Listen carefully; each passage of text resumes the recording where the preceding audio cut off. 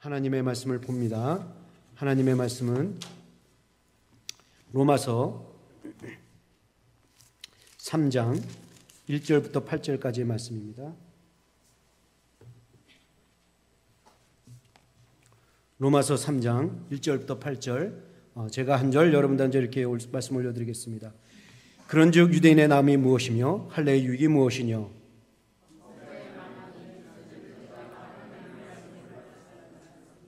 어떤 자들이 믿지 아니었으면 어찌하리요? 그 믿지 아니함이 하나님의 미쁘심을 피하겠느냐?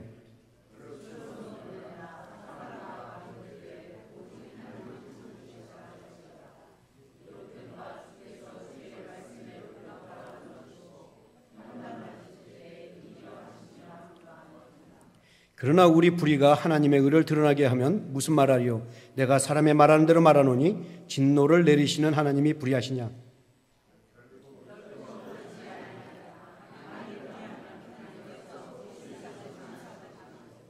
그러나 나의 거짓말로 하나님의 참되심이 더 풍성하여 그 영광이 되었으면 어찌 나도 죄인처럼 심판을 받으리요?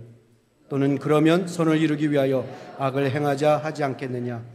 어떤 이들이 이렇게 비방하여 우리가 이런 말을 한다고 하니 저희가 정죄받는 것이 옳으니라. 아멘. 우리 옆에 분들하고 인사하죠. 은혜 받읍시다.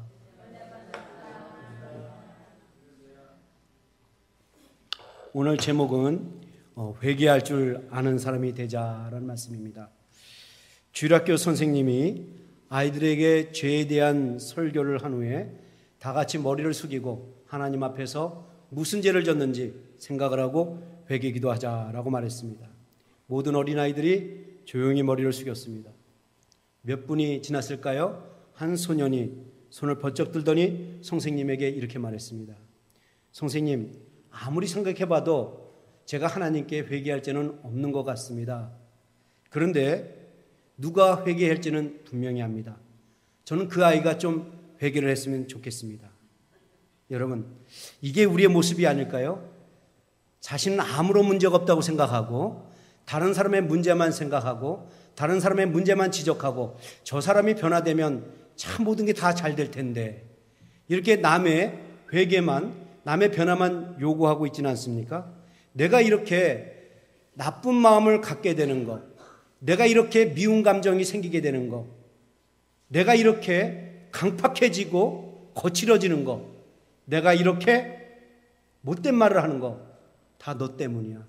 다 저 사람 때문이야. 이렇게 남의 탓, 상황 탓, 환경 탓으로 돌리며 모든 문제를 남에게 떠넘기고 자기가 잘못하는 것은 그 상황에 그럴 수밖에 없는 것으로 타협하고 정당화시키고 있지는 않습니까? 이런 사람이 유아틱한 신자라는 겁니다. 그리고 이렇게 신앙생활하는 사람들은 가정도 그렇고 교회도 그렇고 어렵게 만든다는 거예요. 피폐하게 만든다는 것입니다. 좋은 성도는 하나님의 말씀을 듣고 그 말씀을 자기의 삶에 비추어서 나는 어떠한 사람인지, 나는 어떻게 살아가고 있는지 돌이켜보고 새롭고 고쳐나가는 사람, 이런 사람이 좋은 사람이요, 하나님이 기뻐하시는 사람이요, 가정도 그렇고 교회도 그렇고 밝게 만들어 놓은 사람이요, 세상 사람들에게 예수 믿는 모습을 보여주는 사람입니다. 오늘 우리가 그동안 로마서 1장과 2장을 공부를 하면서 배운 것이 있습니다. 남이 나를 판단하는 것은 비판이요, 하나님이 나를 판단하는 것은 심판이요, 내가 나를 판단하는 것은 회개라는 것이 오늘 말씀입니다. 이 회개가 우리의 삶에 있어야 한다는 것입니다. 하나님의 말씀을 들었든 하나님의 말씀을 묵상했든 내가 들은 말씀, 배운 말씀을 내 삶에 적용해서 내 삶에 비춰봐서 나는 정말 하나님의 말씀대로 살고 있는지, 나는 정말 하나님의 자녀로 살고 있는지 판단해보고 나를 바로 세워놓는 것, 이런 사람이 진정으로 하나님의 자녀로 살아갈 수가 있고 더 성숙해져가는 사람으로 살아갈 수가 있고 이 지역 사람들에게 예수 믿게 하는 본을 보일 수가 있고 가정도 그렇고 교회도 그렇고 아름답게 만들고 부유하게 만들어 놓을 사람이란 말이죠.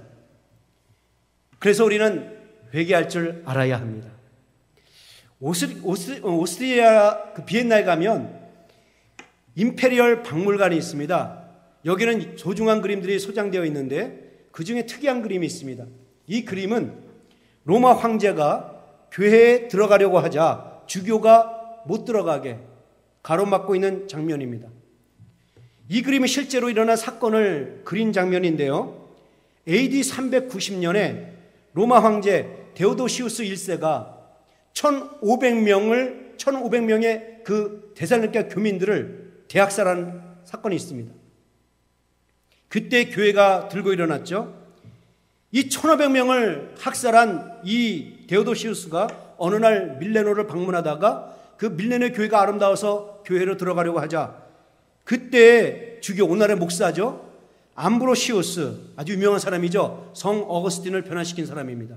이 암브로시우스가 못 들어가게 딱 가로막으면서 왕이여 못 들어갑니다 라고 얘기를 했습니다. 이런 주교의 태도에 당황을 한 이 황제가 얼떨결에 이렇게 말을 했습니다.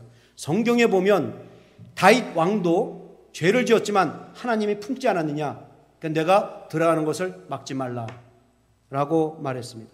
그러자 암브로시우스가 황제에게 이렇게 말합니다. 왕이시여, 지금 당신이 다윗 왕의 죄를 말하고 있습니까? 그렇다면 다윗 왕의 회개도 모방하셔야죠. 다윗 왕은 회개했습니다. 그러니 당신도 회개하십시오. 그러면 이 교회에 들어올 수 있습니다 라고 얘기를 했다는 거예요. 그 말에 기겁을 했던 모습을 그림으로 담고 있었단 말이죠. 여러분, 물론 이 로마 황제 말대로 교회에는 죄인들이 오는 곳입니다. 그러나 교회는 또한 회개받고 구원받아 하나님의 사람으로 살아가게 하는 것이 교회랍니다. 교회는 죄인들이 모여서 그냥 교제하다가 흩어지는 것이 교회가 아니라, 교회는 하나님의 말씀을 가르치고 하나님의 말씀을 배우고 찔림을 받고 은혜를 받고 구원을 경험케 하는 것이 교회예요. 하나님의 말씀을 가르쳐서 하나님의 자녀답게 살게 하고 성숙한 사람을 살게 하고 복음을 전하는 일꾼으로 살게끔 하는 것이 이 교회라는 것입니다. 교회가 왜 하나님의 말씀을 가르치느냐? 하나님의 자녀로 살도록 하기 위해서, 성숙한 자녀로 살도록 하기 위해서, 세상에 나가서 빛과 소금의 역할을 하며 우리의 모습을 통해서 예수 믿는 사람들이 늘어나도록 하기 위해서 말씀을 가르치는 것이지, 하나님의 말씀을 가르친 이유가 그 말씀을 배워서 남을 판단하러 도구로 삼으라고 가르친 것이 아니라는 것입니다.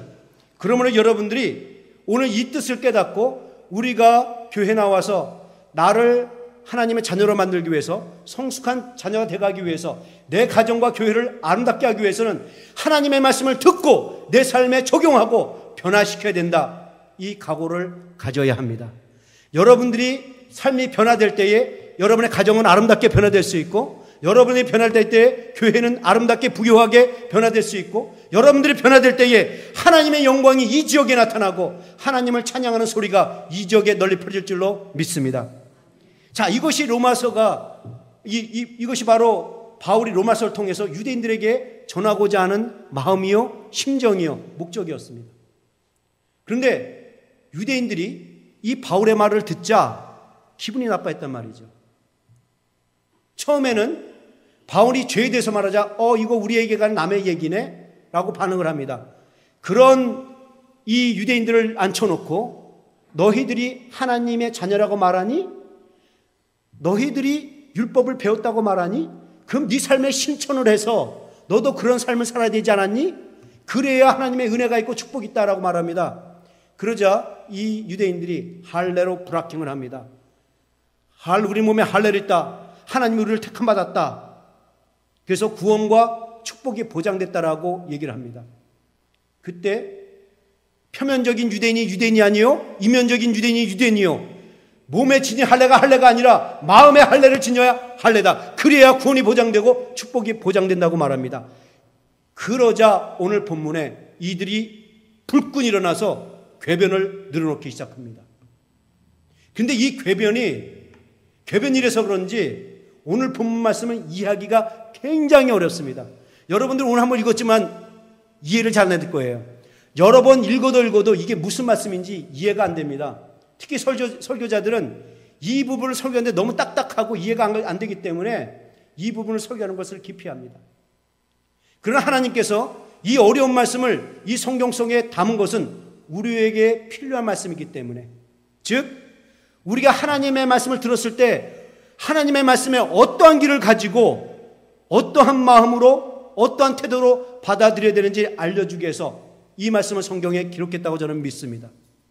그러므로 여러분도 오늘 이 시간 본문을 통해서 유대인들이 하나님의 말씀에 어떠한 길을 가지고 들었는지를 잘 보시고, 우리들은 하나님의 말씀에 어떠한 마음으로 화답해야 하는지, 하나님의 말씀을 들었을 때에 유대인들처럼 삐뚤어진 마음으로 자기를 변명하려고 하고 자기 죄를 정당화하려고 하고 궤변을 늘어놓는 것이 옳은 것인지, 아니면 겸손히 하나님 앞에 나아가 무릎을 꿇고 하나님이 주신 말씀을 내 삶에 적용하고 나는 어떠한 삶을 살고 있는지를 보는 것이 옳은 것인지를 여러분 오늘 결단해서, 여러분 모두는 유대인들 같은 사람이 되지 말고 죄인에서 성숙한 신앙의 모습으로 바꾸는 다윗과 같은 사람, 베드로 같은 사람, 사울과 같은 사람이 될 수 있기를 주님의 이름으로 축원합니다.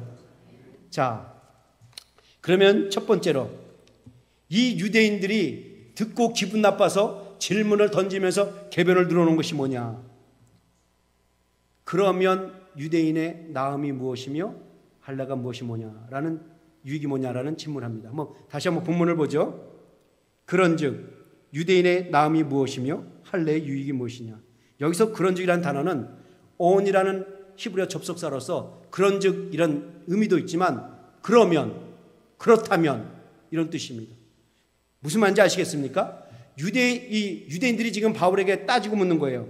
바울, 당신 말대로 하나님이 나를 택하셨고 하나님이 나에게 할례를 주셨고 나에게 율법을 주셨는데 이것이 구원과 보장이 안 된다면, 이것이 축복의 약속이 보장이 안 된다면 우리에게 왜 우리를 택했느냐? 우리를 왜 이 할례를 주었느냐? 왜 말씀을 주었느냐? 이 나음이 뭐냐라고 지금 묻는 것입니다. 우린 지금 하나님께 택감을 받고 할례를 받고 말씀을 받았는데 유대인들은 그거 하나 받지 못했는데, 그들은 받지 못해서도 하나님 말씀대로 살면 구원이 보장되고 축복이 보장되고, 우리는 이것을 가졌지만 그렇게 살지 않으면 보장이 안 된다면 우리 유대인과 이 이방인들의 차이점이 뭐냐? 나음이 뭐냐? 라고 지금 묻는 거예요. 여기에 대해서 이 바울이 아주 간단 명료하게 대답을 합니다. 범사에 많으니, 첫째는 저희가 하나님의 말씀을 맡았습니다. 아주 간단하고 짧은 대답이지만 여기는 매우 중요한 의미가 있습니다. 먼저 범사에 많으니, 이 말이 많이 뭐냐면 영어 성경을 보면 더 클리어하게 이해가 됩니다. Much in every way. Much in every way. 그러니까 여러 번호 보나 특권이라는 것입니다. 어느 면으로 보나 특권이고 어느 쪽으로 보나 특권이라는 것입니다. 그러니까 하나님이 너를 불러서 택했느냐? 그거 특권 맞다라는 것입니다. 하나님이 너희들에게 내가 너희의 하나님이 되겠다 약속하고 너도 내 백성이 되라 약속하고 그 할례를 보증하는 의미에서, 그 약속을 보증하는 의미에서 할례를 줬느냐? 그 특권이라는 것입니다. 하나님이 내게 말씀을 주신 거 특권이라는 거예요. 여러분, 이 유대인이 받은 특권에 대해서 로마서 9장이 잘 설명하고 있어요. 이 유대인들이 어떤 특권을 받았는지 8가지로 얘기하는데 거기에 양자된 게 나오고요, 하나님의 백성 되었다는 얘기가 나오고, 그리고 그리스도가 그들을 구원하는 보장에서 메시아를 보여줬다, 이런 얘기 나와요. 그러니까 이것을 제가 여러분들 이야기 쉽게 설명하면 이런 얘기예요. 저 전능하신 하나님, 높은 보좌에 앉아 계신 하나님이 나를 불러주시고 하나님의 자녀로 삼아주신 거, 그 특권이라는 것입니다. 내가 먼저 하나님을 알고 하나님과 교제하는 거, 그 특권이라는 것입니다. 하나님이 나의 하나님이 되셔서 나의 삶을 주관하고 돌보주시고 인도해 주신다는 거, 그 특권이라는 것입니다. 더 큰 특권이 뭔지 아니? 하면서 이야기한 게 뭐냐? 바로 오늘 2절. 범사에, 본문을 다시 보세요. 범사에 많으니 첫째는 저희 하나님의 말씀을 맡았습니다. 자, 첫째는 여기서 둘째, 셋째, second, third 이렇게 설명하려고 하는 게 아니라 첫째는 이 말은 가장 으뜸이 되는 것은 이 얘기입니다. 그러니까 너희 특권 중에서 가장 큰 특권이 뭔지 아니? 하나님의 말씀을 받은 것이라는 것입니다. 하나님의 말씀을 받은 것이 왜 그렇게 큰 특권이냐? 하나님의 말씀은 영혼을 살리는 능력의 말씀이요, 우리의 인생을 환하게 비춰주는 등불이 되신다고 말씀하셨고, 이 하나님의 말씀은 우리가 어디로 가야 될지 옳고 그름을 모를 때 밝히 보여주는 지혜의 말씀이요, 진리의 말씀이요, 말씀을 묵상하는 자는 시냇가에 심은 나무가 시절을 쫓아 과실을 맺는 것처럼 때에 따라 필요에 따라 채워주는 복의 말씀이요, 이 하나님의 말씀은 우리의 심령에 참 평화와 위로를 주는 말씀이라는 것입니다. 이게 특권이라는 거예요. 그러니까 하나님이 너를 불러주셨느냐? 특권이라는 것입니다. 하나님이 너의 하나님이 되겠다고 약속해서 그 할례를 얘기했느냐? 특권이라는 것입니다. 하나님이 너에게 말씀을 주셨느냐? 그 특권이라는 거예요. 근데 하나님이 왜 그 특권을 줬느냐? 그 특권을 누리라고 줬다라는 것입니다. 누리라는 거예요. 너희가 하나님의 자녀가 되었느냐? 그럼 하나님의 자녀의 삶을 살아서 하나님의 자녀만이 누릴 수 있는 그 영적 축복을 누리라는 것입니다. 하나님이 너희 하나님이 되겠다고 약속했니? 그러면 그 하나님이 너희 하나님이 되게 해서 그 하나님께 내 모든 삶을 맡기고 인도함을 받아 그 축복을 누리라는 것입니다. 하나님으로부터 말씀을 배웠니? 그 말씀을 너의 삶에 가르쳐서 너도 그 삶을 배워서 그 말씀의 능력을 체험하고 그 말씀을 붙들고 승리하는 인생으로 만들어 놓고 다른 사람에게도 복음을 전해서 생명을 나눠주고 그 사람도 하나님의 자녀가 되게 하라는 것입니다. 이 축복의 특권을 누리라는 거예요. 자, 여러분들 여기서 주목할 단어가 있습니다. 맡았다라는 단어. 이 맡았다는 단어 여러분 다 아시죠? 너 혼자 갖고 있으라는 말이 아니라 선한 청지기같이 주인이 주신 것을 주인의 뜻에 의해서, 주님의 뜻을 위해서 사용하라는 것입니다. 자, 보세요. 하나님께서 애굽에서 바로의 종이 되어 종살이하는 이 이스라엘 백성들을 구출해서 해방시켜주고 하나님의 자녀로 삼아주시면서 제일 먼저 주신 것이 하나님의 말씀이었습니다. 죄된 그들을 죄의 신분에서 구원해내서 하나님의 신분으로 바꿔주면서 신의 산에서 제일 먼저 준 것이 뭐냐? 돈도 아니요, 명예도 아니요, 떡도 아니요, 하나님의 말씀이었다는 것입니다. 그들을 신의 산으로 불러나자마자 제일 먼저 왜 그 말씀을 주셨느냐? 돈으로도 떡으로도 그 이겨낼 수 없는 광야 생활에서 말씀을 들고 그 고난을 이겨내라고, 그 힘든 상황을 이겨내라고, 그 네 마음을 지켜내라고 말씀을 주셨다는 말입니다. 그래서 그 말씀을 붙들고 승리하는 인생을 살다가 적과 끓이 흐르는 가나안 땅에 들어가서 그 복을 누리고 거기에 있는 우상 숭배하는 사람들에게도 복음을 전해 예수 믿게, 하나님 믿게 만들고 그 땅을 하나님의 땅으로 만들어 놓으라는 것입니다. 그래서 말씀을 주신 거예요. 그런데 유대인들은 착각 속에서 빠졌단 말이죠. 하나님의 자녀된 것만 자랑하고 몸에 할례를 가진 것만 자랑하고 나는 하나님의 말씀을 배웠다고만 자랑하고 있단 말이죠. 그래서 바울이 그래? 그거 특권이다. 그래, 그것이 너의 나음이요, 너의 유익이다. 너 자랑할 만하다. 그런데 그 특권을 실천하며 살아. 그 특권의 축복을 누리라는 것입니다. 하나님의 자녀가 되었다고 자랑하니 자랑만 하지 말고 하나님 자녀의 삶을 살아. 하나님부터 오는 그 영적 축복을 누리라는 것입니다. 하나님이 너의 하나님이 되겠다고 약속했니? 그렇다면 그 하나님을 주인 삼아 그 삶 속에 들어가라는 것입니다. 그래서 하나님의 축복을 누리라는 거예요. 하나님의 말씀을 받았으면 그 말씀을 가지고 너의 인생을 승리하는 인생을 만들어 놓고 다른 사람에게 복음을 전해 예수 믿게 하라는 것입니다. 여러분, 그러면 이렇게 깨달았으면 로마서를 통해서 이렇게 계속 얘기했는데 그러면 깨닫고 아 그렇구나 라고 자기를 돌이키면서 변화시켜야 되는데 내가 자랑만 할 것이 아니라 실천하면서 살아야지 이렇게 결단해야 되는데 이렇게 물어봤단 말이죠. 그러면 유대인의 나음이 무엇이요? 할례 유익이 뭐냐? 쓸데없는 이 질문도 아닌 질문을 했다라는 것입니다. 여러분, 이게 우리의 모습이라는 겁니다. 나는 하나님의 자녀 되었다고 말합니다. 하나님을 믿는다고 말을 합니다. 나는 하나님의 자녀가 되었기 때문에 하나님을 믿는다고 말하기 때문에 한 주간 동안 세상살이 하다가 좀 하나님 자녀답게 살지 않아도 말씀 묵상하면서 살지 않아도 교회 와서 예배드리고 찬양하고 기도하고 집으로 돌아가고 또 한 주간 또 세상살이 하다가 또 교회 와서 예배드리고 찬양하고 이게 신앙생활이고 이러면 구원이 보장되고 영적 축복이 보장됐다고 생각한단 말이죠. 왜? 나는 하나님의 자녀 되었다고 생각하니까 나는 하나님이 불러서 쓰셔서 난 하나님의 자녀가 되었고 난 지금 하나님을 믿는다고 말하기 때문에 내가 세상에 나가서 어떻게 살든 난 구원이 보장되고 난 영적 축복이 보장됐다고 생각해요. 그러다가 어려움이 오면 예수 믿는 나음이 무엇이냐? 라고 묻는단 말이죠. 난 하나님을 믿는 사람인데 왜 나에게 이런 어려움이 오느냐? 나 교회 나오고 있는데 왜 교회 다니는 사람은 왜 이런 일이 생기느냐? 이런 특권만 주장한단 말이죠. 특권의 삶을 살지 않고 특권만 주장하고 있다는 것입니다. 무슨 말인지 이해가 가시겠습니까? 그렇기 때문에 여러분들 오늘 시간 하나님의 말씀에 귀를 기울이시고 그 말씀을 배웠습니까? 그 말씀을 내 삶에 가르쳐서 나는 그 삶을 살고 있는지 결단하시고 오늘 시간부터 여러분 모두를 하나님 말씀대로 사는 사람, 하나님 자녀답게 사는 사람, 그분을 나의 주인으로 모시고 그분께 내 모든 인생을 맡기고 내 뜻대로가 아니라 그분 뜻대로 살겠다는 이 결단하는 여러분 될 수 있기를 주님의 이름으로 축원합니다.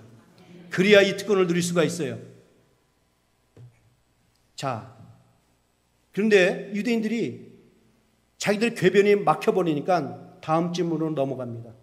다음 질문이 뭐냐? 그럼 하나님이 불의하신 하나님이 아니냐? 이 질문으로 넘어가요. 자, 같이 보시죠. 3절.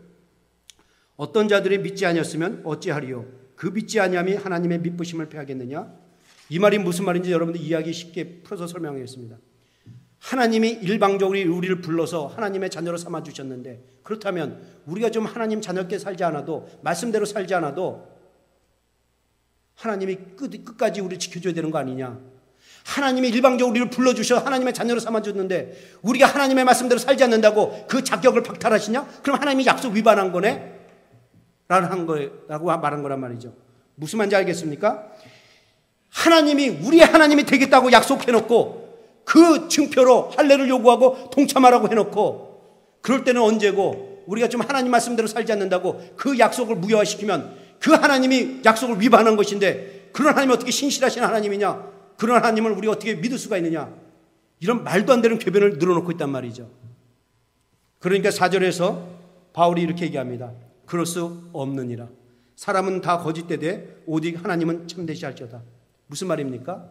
그럴 수 없느니라. 하나님을 신뢰할 수 없다니 그게 무슨 말이냐? 오히려 사람들이 약속을 지키는데 거짓되고 신실하지 못한 것이지 하나님은 약속을 지키시는데 신실하신 분이시다. 하나님과 너와 약속하지 않았니?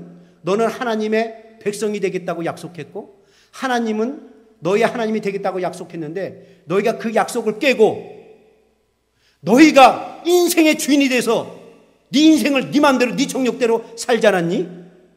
그것을 보시고 하나님이 판단하시고 약속을 무효화시키는 거 이것이야말로 하나님이 신실하신 하나님이 아니니 지금 이 말을 하고 있는 거예요. 이해가 가시겠습니까? 지금 이런 말을 하는 것입니다. 사람이 잘한 일을 했는데 장한 일을 했는데 하나님이 상을 주시지 않냐고 오히려 벌을 주신다면 억울한 일을 당했는데 보상하지 않냐고 오히려 벌을 주신다면 그리고 악을 행한 사람에게는 오히려 벌을 주지 않고 상을 주는다면 어떻게 우리가 그 하나님을 신실하게 믿을 수 있겠니? 바울이 지금 이 얘기를 하는 거예요. 잘못했으면 하나님 거기서 심판하시고 약속을 무효화시키는 것은 당연하다는 것입니다. 바울이 이 말을 하면서 다윗의 말을 인용합니다. 기록된 바 주께서 주의 말씀에 의롭다함을 얻으시고 판단받으실 때 이기려 하심이니라. 바울이 기가 막히게 유대인들이 존경하는 그들의 조상 다윗의 말을 인용합니다. 다윗이 뭐라고 얘기했어요? 너희들이 존경하는 너희 조상 다윗이 이런 말도 하지 않았니? 하나님의 말씀은 다 옳고 하나님의 판단은 다 옳다라고 말하지 않았니? 이 말을 하면서 특권만 자랑하는 유대인들에게 실천하지 않으면 약속은 무효화시킨다는 하나님의 판단은 옳다라는 것입니다. 하나님의 판단은 맞다라는 것입니다. 이 말로 그들의 궤변을 일축시킵니다. 그럼 이 정도 됐으면 어떻게 됩니까?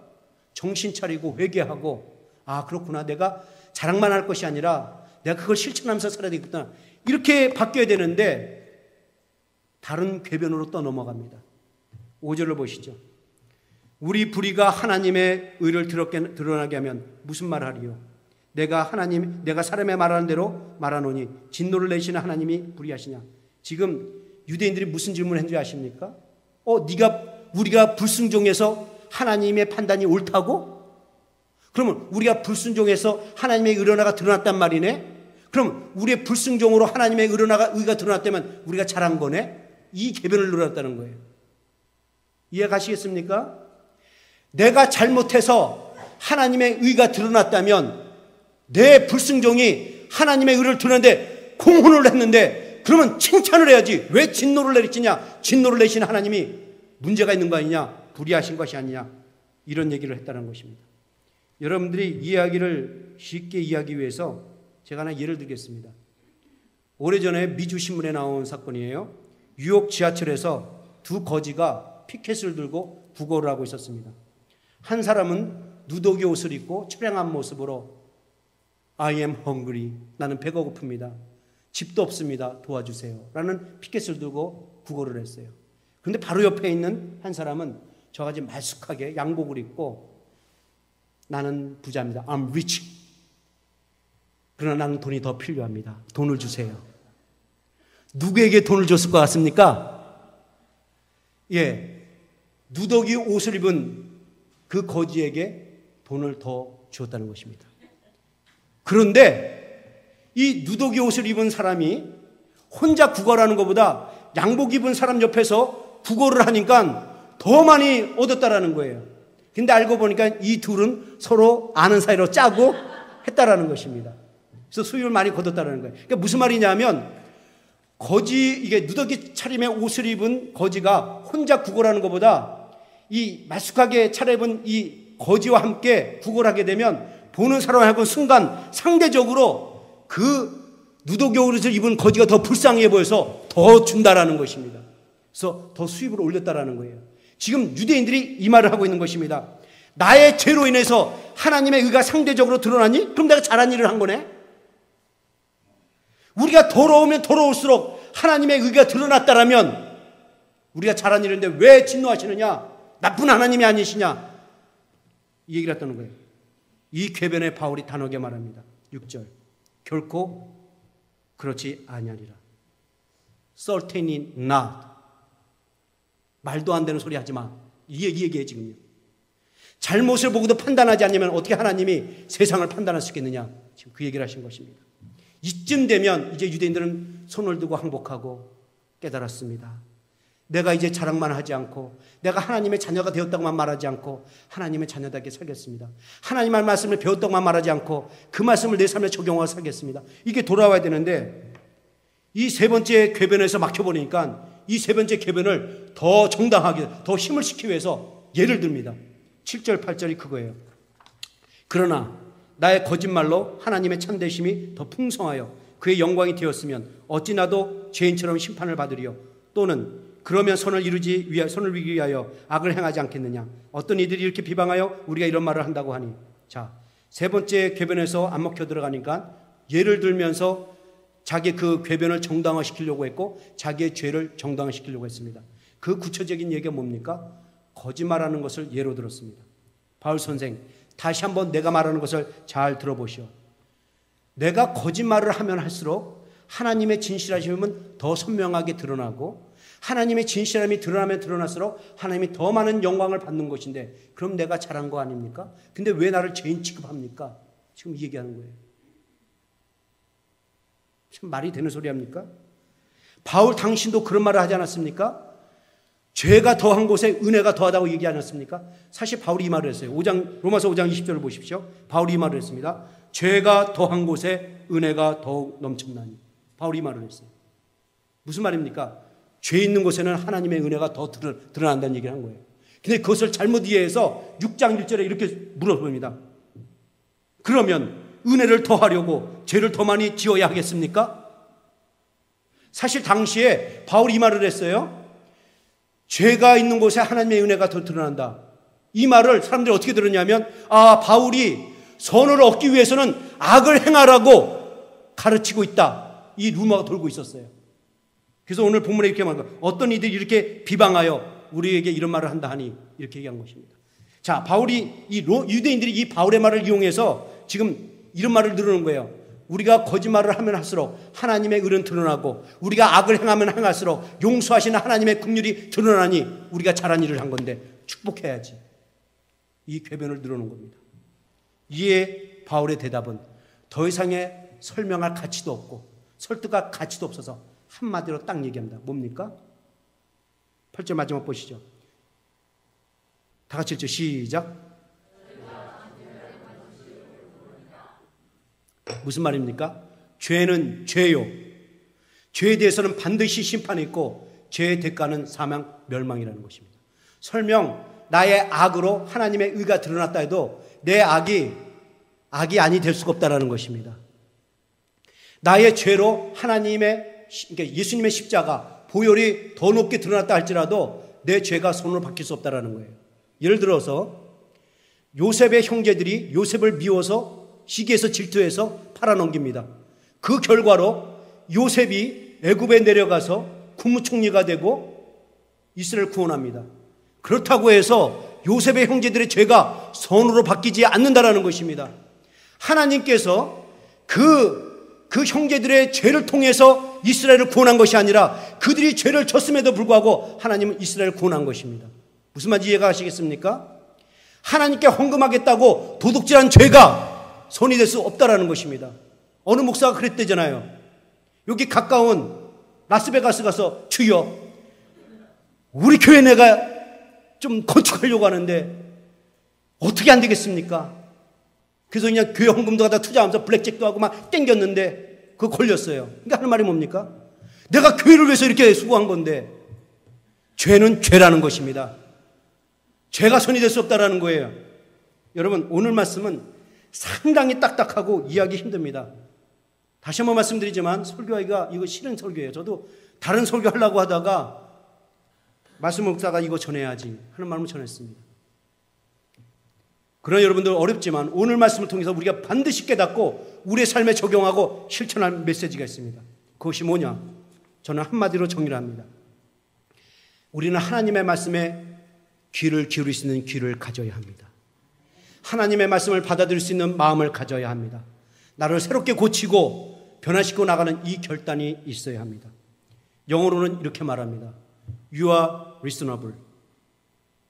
들을 줄 아는 사람. You are understandable. 이해하고 깨달을 줄 아는 사람. You are teachable. 받아들일 수 있는 사람. 오늘 본문을 통해서 이런 사람이 되자는 것입니다.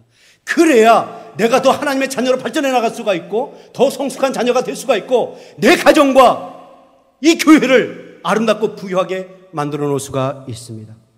오늘 본문을 좀 보십시오. 유대인들이 얼마나 강팍하고 교만했는지 바울이 그리스도의 심장으로 애틋한 마음으로 그들의 죄를 알려주었어요.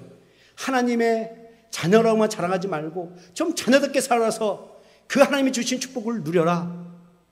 하나님이 나의 하나님이 되었다고만 말하지 말고 정말 내 삶을 하나님께 맡겨서 그 돌보심의 은혜를 받아라. 하나님 말씀을 배웠다고 자랑하니? 자랑만 하지 말고 그 말씀에 너 삶에 적용해서 너도 그 인생에서 승리한 인생으로 만들어 놓고 다른 사람에도 복음을 전해 생명을 주고 하나님 믿는 사람을 만들어 놓아라. 얼마나 좋은 말입니까? 이 가르침을 받았는데 이런 좋은 말 들었으면 좀 귀를 활짝 열고 가슴을 활짝 열고 말씀을 받아들여야 되는데 기분 나쁘다고 그저 자기 변명만 하려고 하고 자기를 정당하려고 하면서 이 궤변을 누려놓으며 바울의 말꼬리를 물고 늘었단 말이죠. 이 유대인의 모습을 통해서 우리는 배울 수 있는 것이 있어요. 죄에 빠졌는데 회개하지 않으면 우리도 얼마든지 나를 변명하고 정당화시키는 쪽으로 나갈 수 있다는 것입니다. 여러분 사람은 순간적으로 완악해지는 것이 아니에요. 단계가 있습니다. 죄를 짓고 죄를 회개하지 않으면 완악해지는 거예요. 그래서 죄가 있고 회개해야 되는 거예요. 근데 죄를 졌는데 회개하지 않은 거 이게 그 다음 단계입니다. 죄를 졌어도 회개하면 완악하지 않아요. 근데 죄를 졌는데 회개하지 않으니까 완악해지는 겁니다. 근데 그 세 번째 단계는 뭐로 발전하냐? 회개하지 않으니까 자기 죄를 정당화하신다는 거예요. 변명하는 거예요. 이게 유대인의 모습이라는 얘기인데 그러면 여러분 이렇게 자신의 죄를 정당화하고 변명하는 거 이것이 유대인에게서만 찾아볼 수 있습니까? 참 안타깝게도 이 교회 문턱을 드나르는 우리 모두에게 이런 모습이 있지 않습니까? 어떤 사람이 이런 말을 해요. 하나님이 왜 선악과를 만들어서 유혹에 빠지게 만들고 죄를 짓게 만드냐? 하나님이 잘못한 거 아니냐? 이렇게 생각하는 사람들은 다 자기 죄를 정당시키는 사람입니다. 바울이 지금 그 얘기한 거예요. 우리가 잘못했니? 그러면 하나님도 우리를 택한 게 잘못된 거네. 그러니까 하나님도 잘못한 거네. 이 변명을 누르는 거예요. 여러분 참 성도는 하나님 앞에서 자기를 변명하지 않습니다. 정당화시키지 않습니다. 잘났다고 말하지 않습니다. 나는 죄인입니다 라고 말합니다. 설령 내가 이해할 수 없는 일을 당해도, 억울한 일을 당해도 그것이 하나님의 뜻이라면 하나님이 맞습니다. 하나님이 옳습니다라고 고백합니다. 나에게 고난 주신 것이 하나님이십니까? 거기는 분명히 하나님의 뜻과 은혜가 있는 줄로 믿습니다. 이것이 바로 마음의 할례를 받은 사람들의 모습입니다. 하나님이 왜 유대인들을 그렇게 책망했습니까? 하나님을 믿는다고 하면서 믿는 행세만 하고, 자녀라고 하면서 자녀 행사만 하고, 문제를 지적하면 변명만 했기 때문에 그렇습니다. 여러분, 이것이 우리의 모습일 수 있다는 것입니다. 예수를 믿는다고 하면서 예수로 빠져버린, 예수가 없는 신앙생활을 하고 있지 않습니까? 때로는 위선자로, 때로는 남을 잘 속일 만큼 꾸며진 종교인으로 믿는 체 하면서 살고 있지 않습니까? 때로는 잘못했을 때 변명만 늘어놓으려고 하지 않습니까? 남편한테도 그렇고 아내한테도 그렇고 자식한테도 그렇고. 여러분, 하나님을 믿는다고 하면서 사랑한다고 하면서 변명만 하는 사람들은 그것이 바로 나를 대신에 예수를 십자가에 못 박게 하신 하나님의 사랑과 은혜를 농락하는 것입니다. 하나님의 은혜의 사랑을 농락하지 마십시오. 하나님의 은혜를 값싼 것으로 만들지 마십시오. 한 예로 말씀을 마칩니다. 문학작가 오스카 와일드 작품에 이런 이야기가 있습니다. 예수님께서 어느 날 예루살렘 거리를 지나가시는데 낯선 청년이 술에 만취해서 흔들흔들거리며 인상불성이 되어서 고래고래 소리를 떠드는 청년을 보게 되었습니다. 그래서 이 예수님이 청년에게 가서 이렇게 묻습니다. 청년이요, 대낮에 왜 이렇게 술에 취해 있습니까? 열심히 부지런히 일할 시간인데요. 그래서 청년이 이렇게 말합니다. 저는 원래 안진뱅이였는데 당신이 제 다리를 고쳐주셔서 너무 기뻐서 매일 술을 먹고 삽니다. 이번엔 예수님이 이쁜 여자의 뒤를 꽁무니를 졸졸 따타리는 이 남자를 보게 되었습니다. 그래서 예수님이 이 청년에게 가서 또 물었어요. 당신은 왜 그렇게 여자 뒷꽁무니를 쫓아다닙니까? 예, 저는 원래 장님이었는데 당신이 내 눈을 고쳐주셔서 이 눈으로 아름다움을 보니 쫓아가고 싶은 충동이 생겨서 쫓아갔습니다. 여러분, 이게 바로 자기의 죄를 변명하고 정당화시키는 것입니다. 이게 바로 하나님의 은혜를 값싼 것으로 만들어 놓는다는 것입니다. 사랑하는 성도 여러분, 오늘 저는 여러분들이 모두 다 하나님의 말씀을 들었습니까? 받으십시오. 나의 말씀으로 새겨놓으십시오. 그리고 나는 정말 그런 삶을 살고 있는지 결단하시고 새롭게 바꾸십시오. 여러분이 바뀌어야 가정이 바뀌어집니다. 여러분이 변화되어야 교회가 아름답게 변화되고 교회가 부흥할 수 있습니다. 저는 여러분 모두가 하나님 말씀으로 변화되어 정말 예수 믿는 사람 되어서 여러분으로 인해 예수 믿는 사람들이 날마다 늘어나게 축복하고 이 소노 많은 침례교회가 교회답게 세워져서 이 부흥하는 교회가 되기를 주님의 이름으로 축원합니다. 기도하시겠습니다.